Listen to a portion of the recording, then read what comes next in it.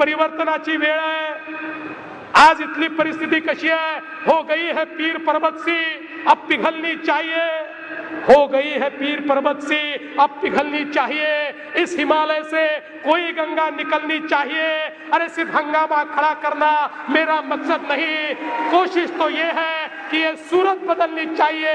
ही सूरत बदलण्याकरता या वसई विरारला विकासाकडे नेण्याकरता या ठिकाणी मी आलो आहे, तुमची मदत मागण्याकरता आलो आहे। अरे एक धक्का और दो, इन लोगों को फेंक दो और एक नई यहाँ पर एक नई महायुति को चुनकर दो, एक नया सवेरा होगा, आपके जीवन में भी एक नया परिवर्तन आएगा।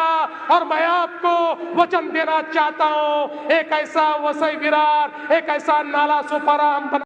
मला खरं तर आपल्याला सांगायचंय की यूपीच्या आणि बिहारच्या लोकांनी पहिल्यांदा नीट समजून घ्या, बाबांनो, हिंदी ही तुमची पण भाषा नाही।